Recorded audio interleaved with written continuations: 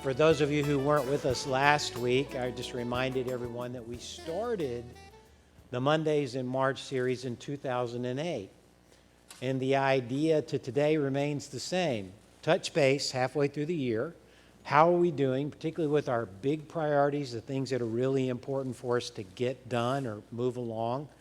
And what do we think, at least based on what we know right now, that next year may look like? So each of the EVPs is taking on that challenge. We heard from Ms. Sadro last week. We'll hear from Dr. Jacobs today. He'll be talking about the academic enterprise. Before he comes up, number one, please come back next week when Ms. Sollenberger will be talking about the health system.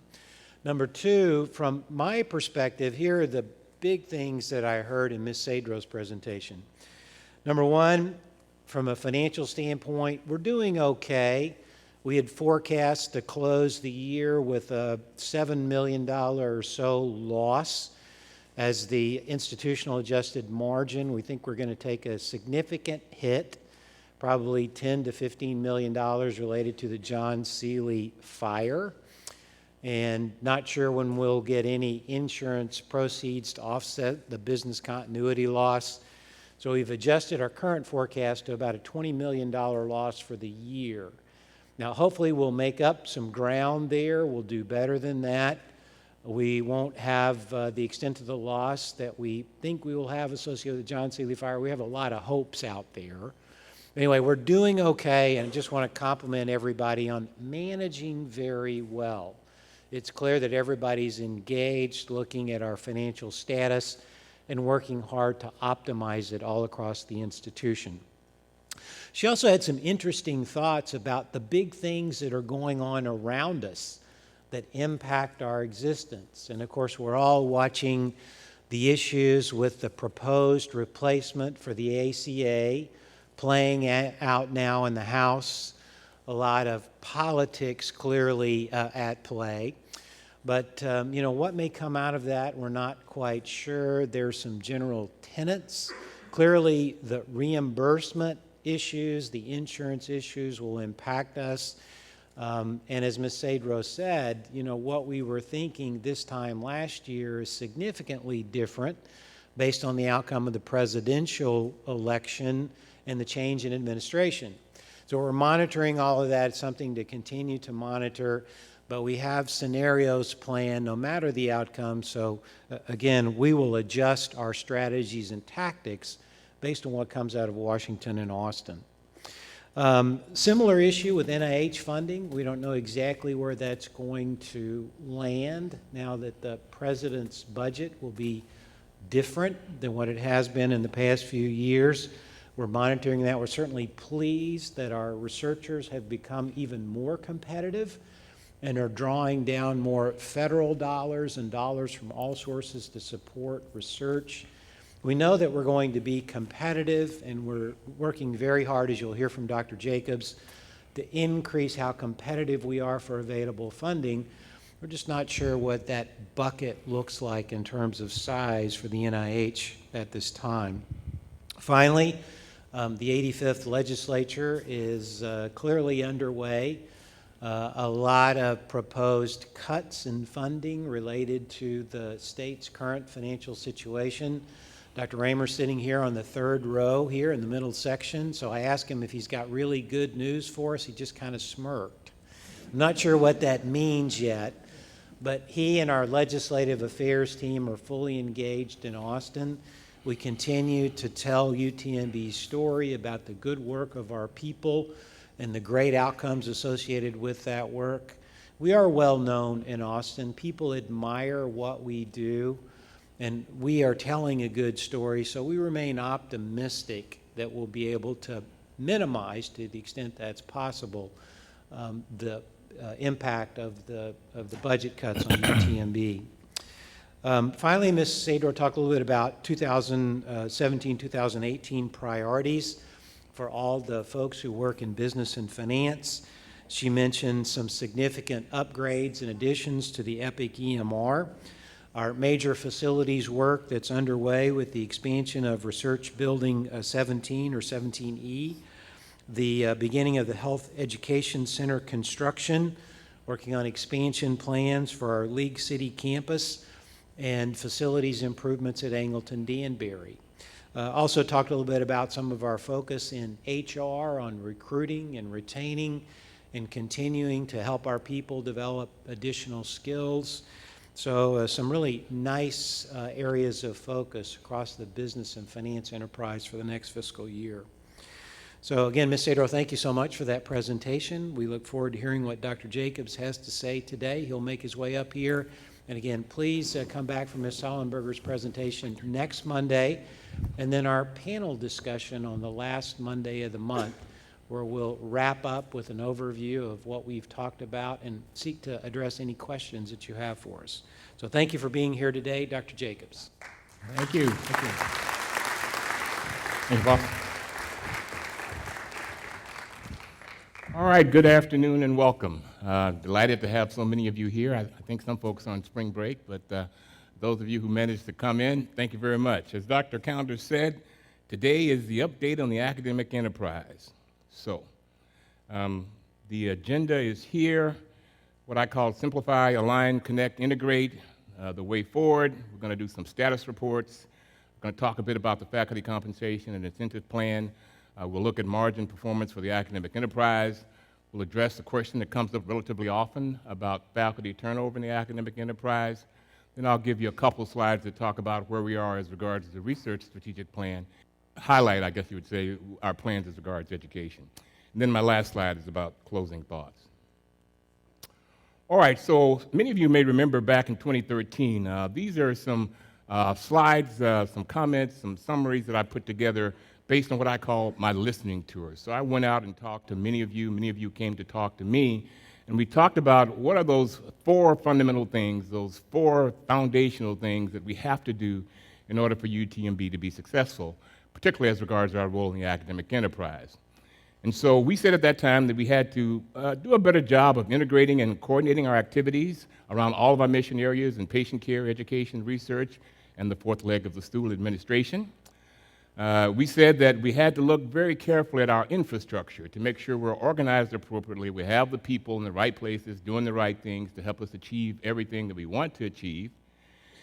We said we had to communicate densely. We had to connect ourselves more explicitly. We had to coordinate our aggregated activities so as to facilitate what we were planning to do at the enterprise level. By that I mean at the institutional level. And so we're trying to say we have to densely communicate in order to be successful.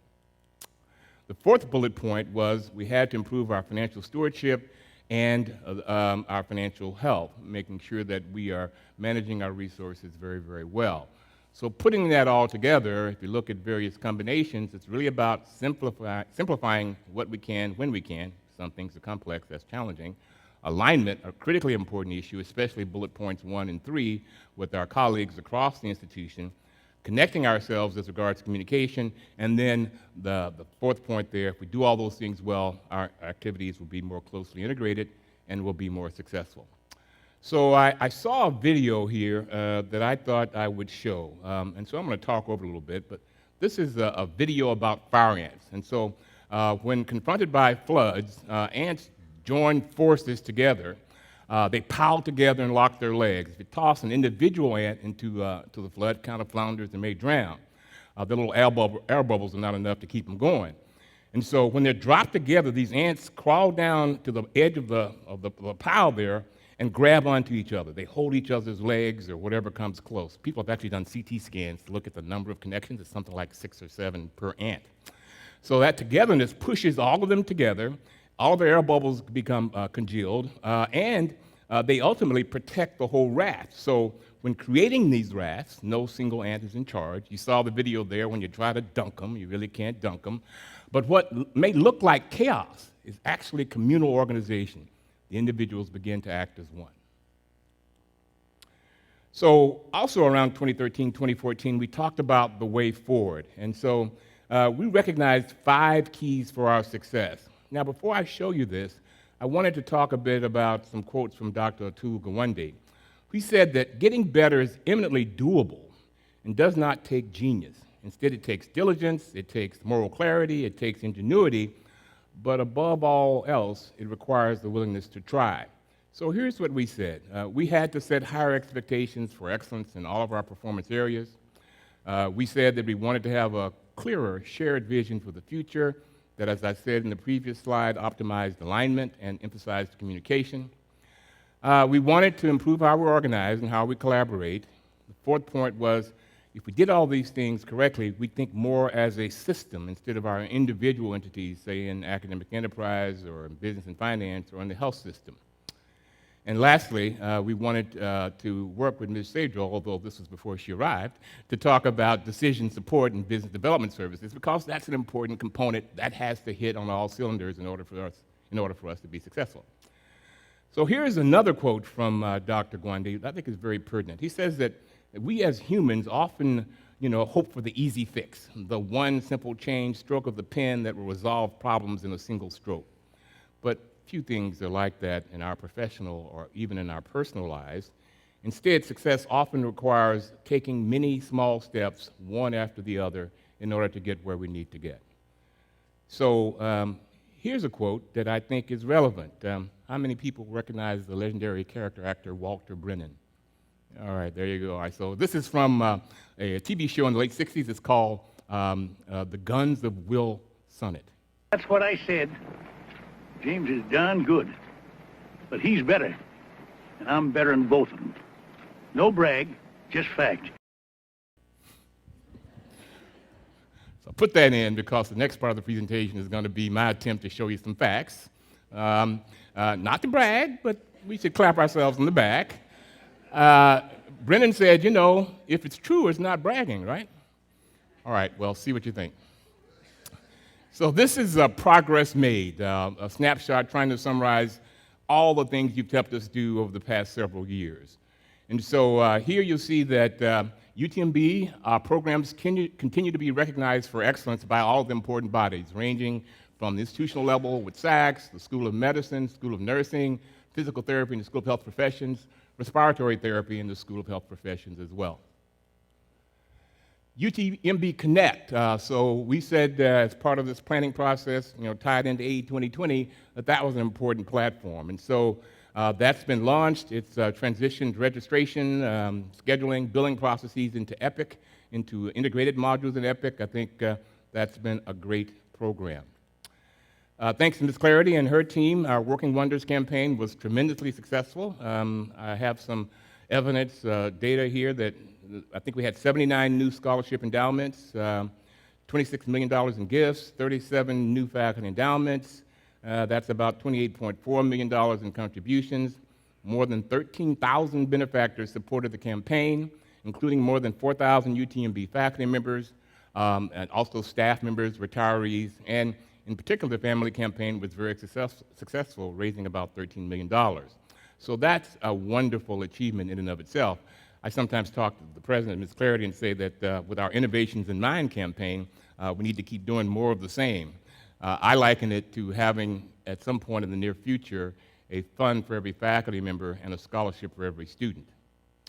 We worked hard on communications with our colleagues across the institution. There are some new tools out there. They appear to be successful. Certainly there are some things we can continue to do better, but the weekly relays have been well received. Our AE magazine, I think, is also a way for us to share the good stories, both among ourselves, but also to folks outside our institution.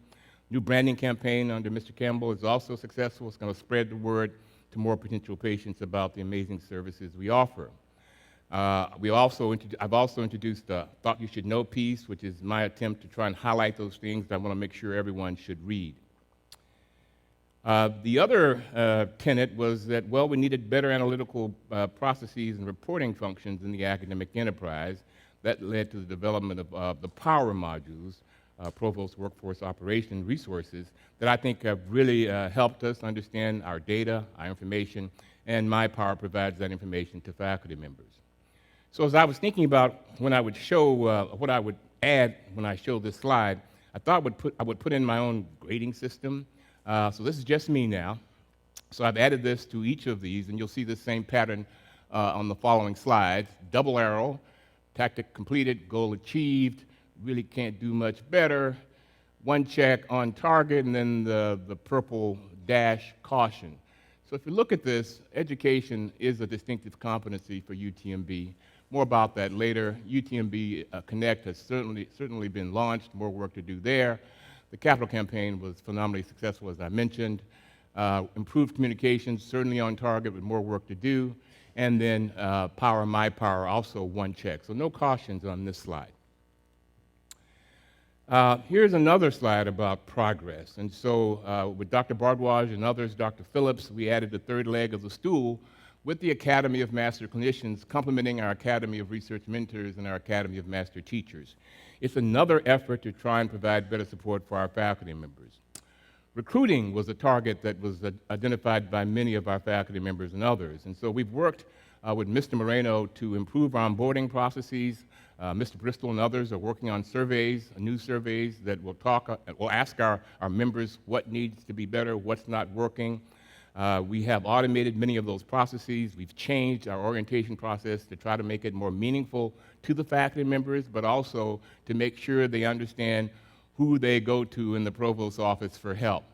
I often tell the story that as I was ramping up here at UTMB, I would hear a common criticism that something was in the provost's office. And that always bothered me because I would want to know, well, in the provost's office with whom? So I can't fix it we can't get at it without understanding who owns it. So we've whole scale thought about how we provide service to you all in the provost's office, and we now hope that you understand who you go to first for a question, and we promise to close the loop very quickly. And if anyone you contact is not the person to answer that question, we'll make sure we get that question to the right person. Research programs under Dr. Niesel and others, and Dr. Callender referenced it, there's been great progress. Grant Central is a big part of our research strategic planning. Craig Cassidy joined UTMB in 2016 overseeing that office, and we applied for $40 million in grants and received 20 million, 50% of that in that same year. That is pretty good. Now, the academic enterprise, we talked about self-sufficiency. I would say that we're still working to diversify our funding sources, and again, as Dr. Callender mentioned, it's critically important to continue to address opportunities to improve efficiency and effectiveness. So on my scale here, again, certainly this one is great on target, thanks again to Dr. Bardwaj and others. Onboarding, significant improvements there. The research strategic plan, still some things to do, but certainly on target. And as you've heard in various conversations about margin and targets, we certainly have improved our revenue sources and funding sources, but we still have work to do. So as you may recall, back in 2014, 2015, we launched this institution-wide effort to talk about planning for the academic enterprise in 2020. We came up with 7 original objectives. Now, I wanted to pause here because the question I get is, well, why are we planning if we have no resources? Isn't it a waste of time to actually do all these plans? We don't have resources. I actually think it's a bit different. I think it's important to plan. Who was it? I think, well, certainly Winston Churchill said, those who fail to plan to fail. So I think that's an important principle. Tom Edison said, I haven't failed, I've just identified 10,000 things that don't work. So that's one possibility. But we really, I think, this process, which is an ongoing living and breathing process, helps us say that these are our priorities so that when we can identify resources, we have an idea of how we should spend our dollars first. So the original 7 are mentioned here, clinical programs, priorities, methodology. I see that as a framework, initial conversation that helped guide our discussions about the clinical strategic plan and connected us all together. We talked about a performance management platform, a need for such. That's actually in the academic enterprise because you have to track all the things that are going on and track them accurately. So this was originally on Focus, it's now MedPM, and we use that very aggressively in the Provost's office, most recently to look at how well we're doing as regards to the research strategic plan. We launched a process to say that, we said we had to examine our centers and institutes and think about how they should be positioned now and going forward. We said succession planning was important. Now, this is talking about recruiting in general, right? Not just people like me that might need to be replaced. It really is about all of the folks. What's our strategy? What's our platform? How do we identify who we need and when? And then philanthropic support, I mentioned that again. We said we wanted to continue to work very, very closely with Ms. Clarity and her colleagues to try and increase the dollars that come from philanthropy to help support our mission activities. And we said we wanted to achieve certain targets as regards our research funding, and I'll give you a preview. We certainly have exceeded our target. And then lastly, as regards education, the piece that came forward from this AE 2020 planning exercise, where we asked many, many questions and said, envision yourself, we should envision ourselves in 2020, what would be a linchpin? And in education, we said we wanted to make sure that we rolled out competency-based curricula across all of our schools, and that we actually looked to see where there were opportunities to improve our joint activities, especially as regards interprofessional education. So looking at this one, this is a framework you're pretty familiar with, I think, in terms of the color scheme that's used in our Road Ahead, for example. Here's my scheme over here. Certainly we completed that. I think, as I said, this was foundational as regards the clinical strategic plan we're working on now. Our platform is in place. We certainly have started that process for our major centers and institutes, so the initial tasks are completed. They get a check. But there still is some more work to be done here, and that work is ongoing. So I gave that a caution. Succession planning, Mr. Skinner and others are all over this now with our department chairs and administrators. We're certainly on track here, as I mentioned, research funding. And then we changed our target as regards when we would expect certain functions and competency-based curricula to be established broadly across the academic enterprise. And that's underway, and I'm not concerned about that one. All right, faculty compensation plan. So remember, we launched this back in 2014, and we had a couple of goals, a couple of, again, foundational principles. We said it would be intentionally iterative, so a good faculty compensation plan in 2014 and going forward for the foreseeable future has to be one that can be modified because there are so many factors changing around us. Dr. Callender has referenced many of those. We had three major components. We had an individual piece, but we also had a group piece, recognizing those objectives that might be important for a group, typically at a department level. And we also said that as funding would allow, we wanted to have an institutional objective or objective that would bind us together. So those three components are still there. If you remember back to the presentation I gave, we said that here are some things that we would hope our incentive plan would accomplish. One, we wanted to have a system that better reflected performance that exceeded expectations. We also said that in the ideal world, the plan would be certainly more understandable, more predictable. MyPower is a module that helps faculty predict compensation, and transparent. Now, some things are complicated. Some things require an iterative approach to make them simpler. But these are things we said we wanted to do. I mentioned the importance of group performance relative to priorities. I think Ms. Sollenberger will talk about best care, but that's a good example of us trying to bind together, align together, connect together to recognize those things that are most important at an institutional level. And then we also said that if we got this right, we would certainly have an easier job of attracting and retaining outstanding faculty members. So here are some data as regards the compensation and incentive plan. If you look at FY16 alone, we distributed about $10.5 million in incentives. If you compare incentive dollars going back to 2012, 2013, 2014, a 50% reduction in the dollar amount, the total dollar amount available to faculty members. That was about $3.5, $4 million. And importantly, again, getting at this issue of the iterative nature of faculty compensation, in 2017, we agreed to set aside 10% of the available dollars to recognize quality outcomes across all mission areas, research, education, patient care, led by your department chairs and your administrators.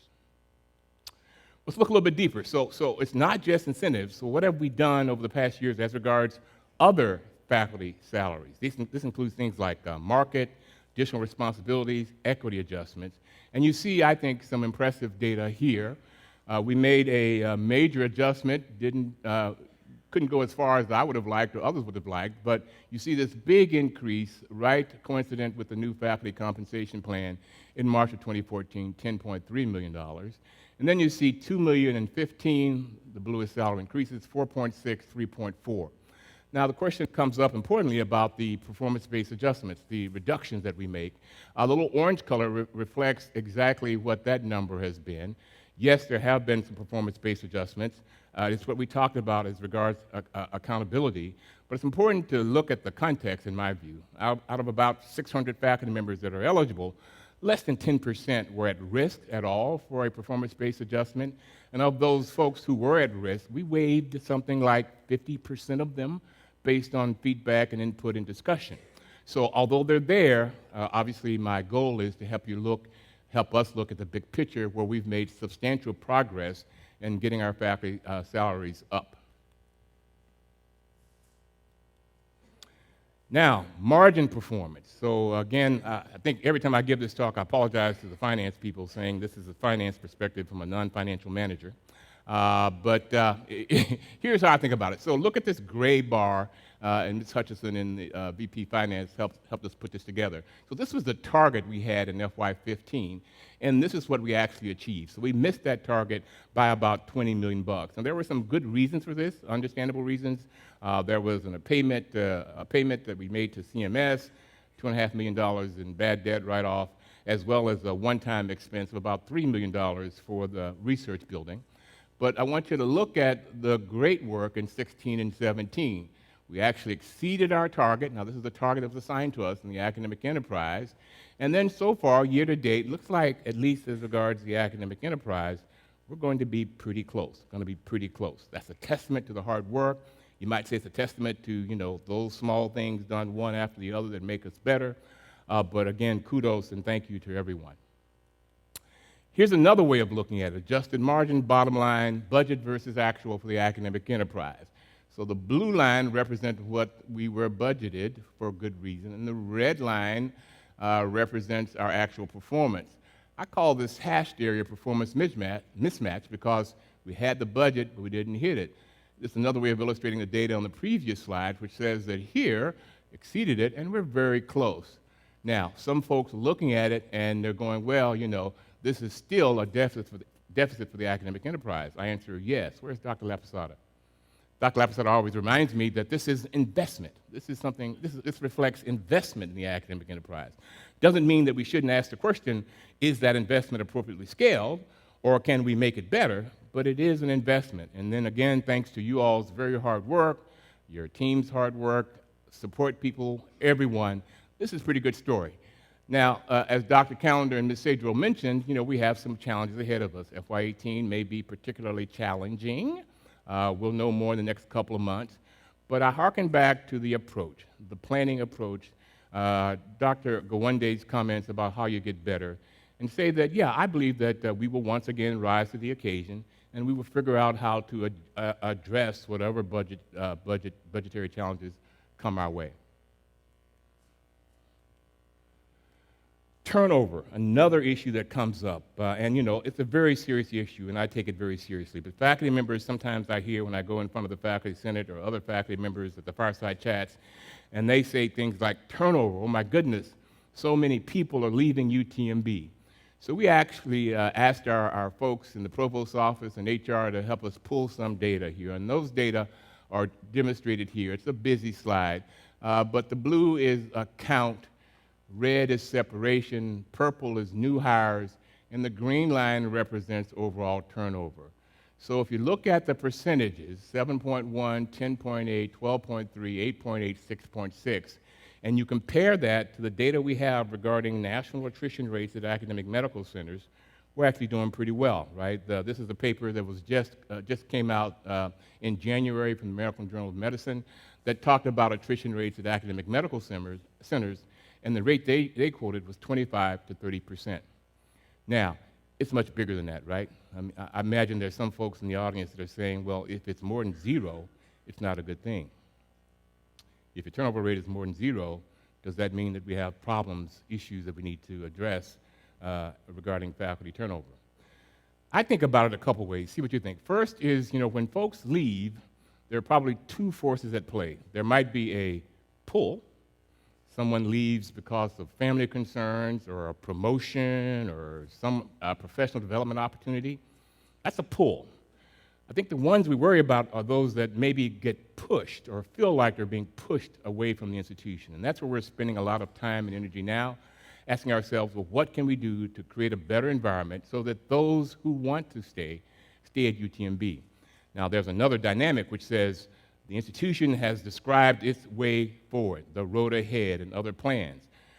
These are the things that our leadership and you all have said that we must do. So there may be folks that have philosophical differences with something we've said that we're going to do. That's not a problem. You know, we're adults, we can agree to disagree.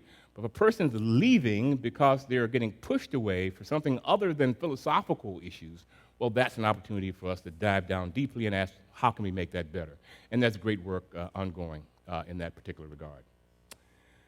Here's a slide on relative faculty changes in faculty numbers. It's for assistant, associate, and full professors only. It looks at all of our schools, School of Medicine with the Graduate School of Biomedical Sciences, School of Health Professions, School of Nursing. And you can see that there was some decline in 13 and 14, but in terms of relative changes, certainly going up in all of our schools. And then I think as we look forward to the rest of this year and certainly into 18, we're going to see some aggressive hiring in the School of Nursing and School of Health Professions, which I think is absolutely necessary. All right, research strategic plan. Borrow this from Dr. Niesel. I think you've probably heard him present it a number of times. It's a busy slide, but we can give you copies. And here's the things that stand out for me. You see here at the bottom, it talks about human capital. Those are the things that must happen. These are people, not business talk, human capital. But in terms of the people, it's about continuing to monitor productivity, making sure our performance compensation is appropriate, mentoring, recruitment, retention, and infrastructure support. You also see that we looked at this in a couple of areas, you know, what disease foci would make us unique and or exceptional, what perspectives or technologies might be cross-cutting, and then importantly, how might this synergize with what's happening on the health system side. So I think you'll see that, hopefully and agree, that this is a tremendous amount of effort, a great amount of work, summarized in a slide. But I think I'd say again, we developed this with input from the research faculty members and staff members, a research planning task force, and I think the idea of the neural dysfunction of being identified as a top priority makes very good sense. It taps into resources in the health system, best care, identifying neuroscience as an opportunity. It also talks about or addresses opportunities at the system level, NIH, as well as state and federal philanthropy. So it's not the only thing we're going to do. Remember, I talked about the importance of planning, saying what's our priority list look like. And as opportunities and dollars come forward, we'll go through the same process of asking the question, how does it fit?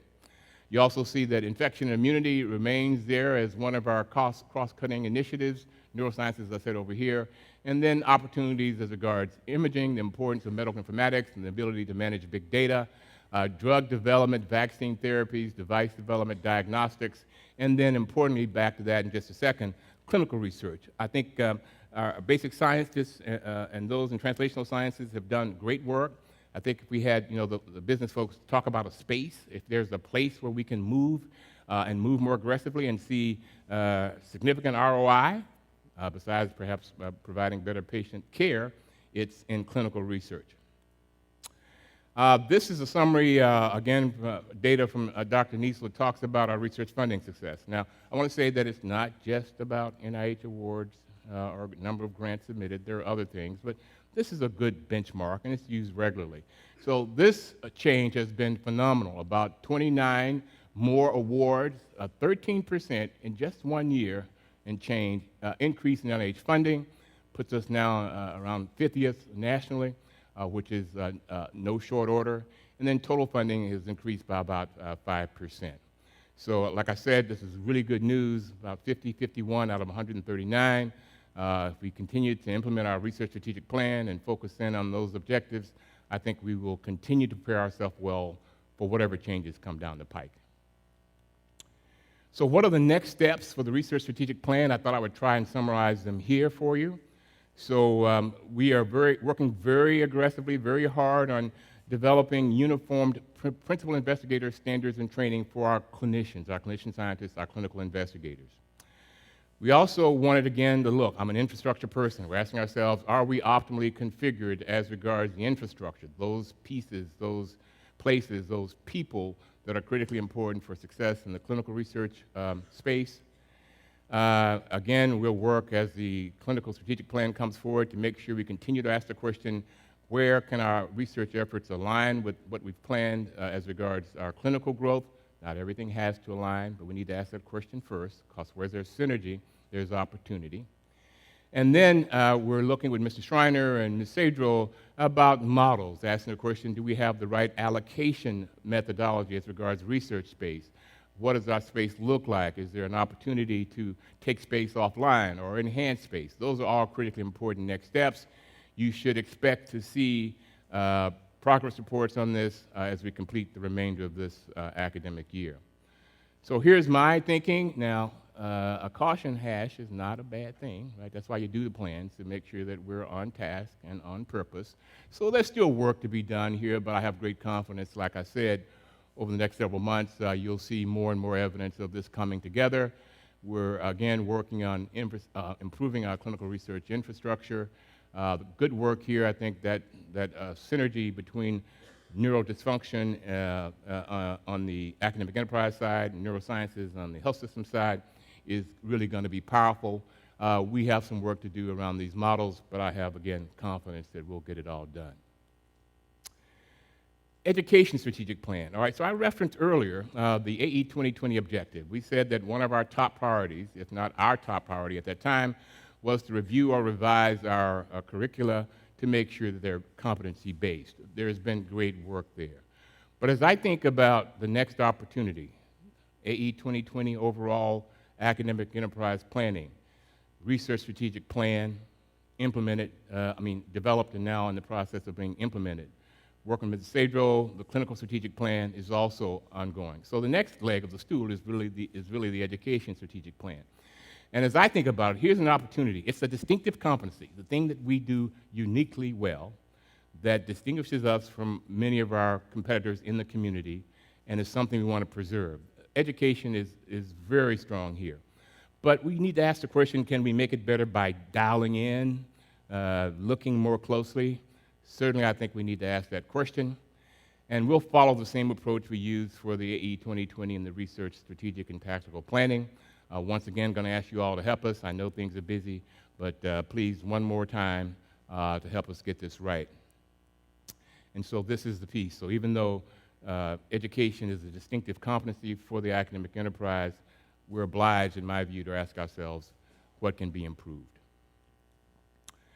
So here are my closing thoughts. In my view, there's been measurable and palpable progress towards the goals and objectives we identified a couple years ago. Mission performance continues to improve, although we have our challenges ahead of us. We can't rest now. The research plan is underway, and we're going to develop the education plan over the next several months, probably trying to finish that in the first quarter of FY18. My request, my ask of all you all is to stay the course. We have many, many things that we're having to do simultaneously.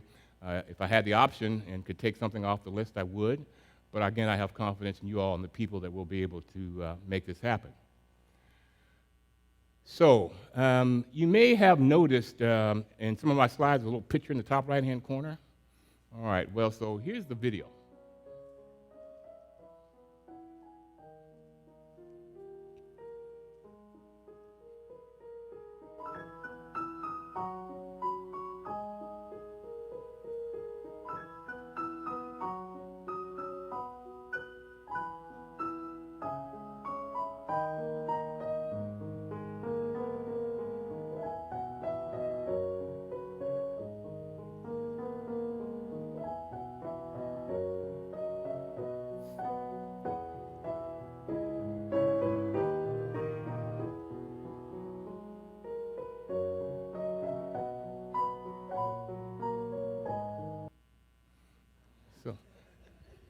Not meant to be unduly dramatic, but you all may recognize this is a video that represents the Greek legend of Sisyphus. So Sisyphus was a human who defied the gods and put death in chains so he wouldn't have to die, or no human would have to die. Eventually, death was freed, and then when the gods found out, and it became Sisyphus' time to die, he tried to escape to the underworld. But then they found him, and his punishment by the gods was that he would be eternally damned to push this rock up the hill. Now, you'll notice, and particularly if you're familiar with the myth, that in the original myth, the rock falls back down the hill, and he's got to push it back up again. So my first point is, well, it's an inflection point here, so it's not exactly accurate. You can rest a little bit. But, there's some other things. As you saw the video, which I thought was very powerful, the rock is obviously huge and heavy. Sisyphus has to work very, very hard. But here are the principles. He has no choice, right? And the task has no purpose other than punishment. He's just pushing the rock up the hill. There is no enduring, eternal meaning to that effort. There's no value. So you could say that the task is worthless. It accomplishes nothing but getting the rock from point A to point B. It's an eternal waste of energy. And, heck, if he wanted to get stronger, there are probably better ways to do that than pushing the rock up the hill, right? And his victory in the original mythology is temporary and once again adds no value. So you could say that the work is in vain because the task is worthless. His job, he always, every day, and only every day, every time, pushes the rock up the hill. So the chore is not a means to another end.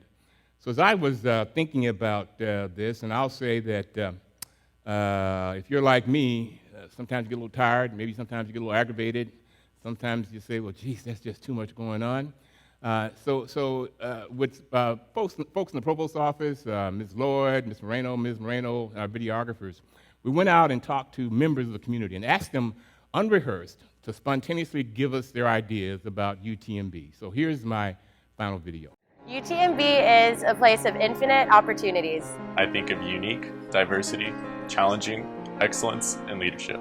UTMB provides students real unique opportunities not present anywhere else in the world. UTMB is an institution that provides an ideal environment to advance human health. Trainees and faculty members with very diverse backgrounds collaborate in an extremely collegial environment to tackle a great variety of challenges. UTMB is committed, extraordinary, and unmatched. UTMB means patient care, research, and education. UTMB to me, it's not just a source of income for my family, but it's also who I choose for health care for my family. And working in student services gives me great satisfaction knowing that I'm able to provide assistance to the future healthcare providers of our community. When I'm out and about in the community, I often see these patients at the grocery store, at my kids' school, and even at my place of worship. I truly feel honored that I'm able to be a part of this positive experience in their lives. UTMB to me means growth. Growing the people within it, growing the community around it. I think UTMB is striving to push the boundaries of where they're going with their research, with their development of students, and with medicine as a whole. UTMB has given me the opportunity to work and learn in an interprofessional environment. UTMB means to me compassion and integrity. And UTMB means home, means love, means acceptance. I just love it here, and that's really what UTMB means to me. It means the world to me.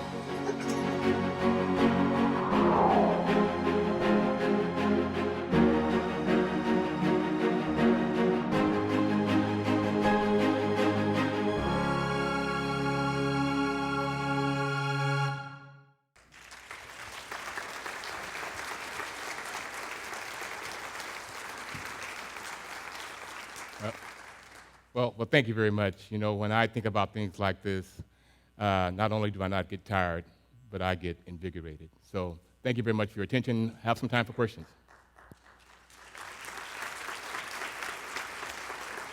Or comments.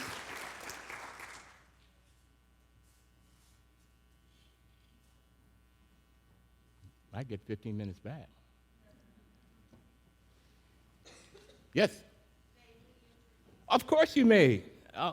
Thank you for reminding me, Ms. Mathers. Dr. Mouton is in the office, our new Vice Dean for Academic Affairs in the School of Medicine. And now that Ms. Mathers has put you on the spot, you're going to have to say a few things.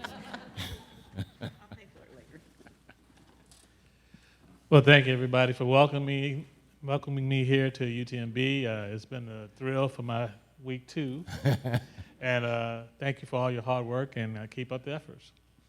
All right, welcome, Dr. McClung. Glad to have you here.